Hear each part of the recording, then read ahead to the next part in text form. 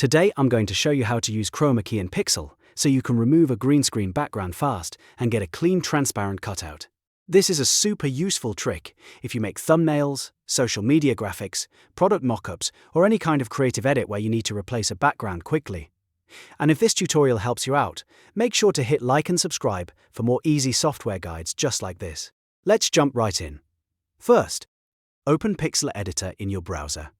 Once Pixlr loads, click Open Image and choose the green screen photo or footage you want to edit.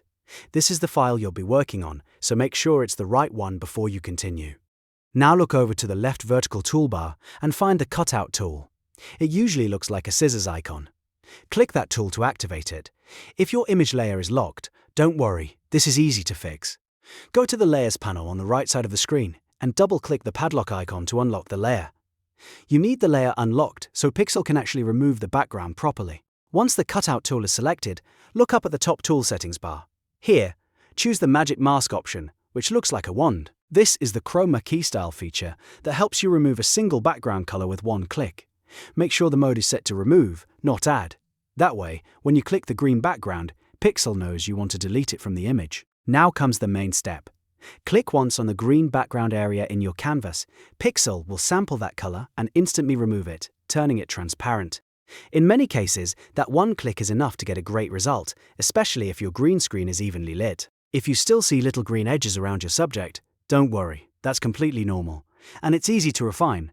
Go back to the top bar and adjust the tolerance slider. A good starting point is usually somewhere around 50 to 70, but the best number depends on your image. If the edges are still too green, increase the tolerance a little more, or click on another shade of green that remains. If Pixlr removes too much from your subject, lower the tolerance so it only targets the background and not the details you want to keep. Take your time here and zoom in if needed. The goal is to keep your subject clean while making the background fully transparent. If your subject has hair, shadows, or clothing with green reflections, you may need a few small adjustments to get the best result. Small changes can make a big difference. Once everything looks good, you're ready to save your work. Export it in a format that supports transparency, like PNG, so your transparent background stays intact. If you save as a file type that doesn't support transparency, you may lose the effect you just created.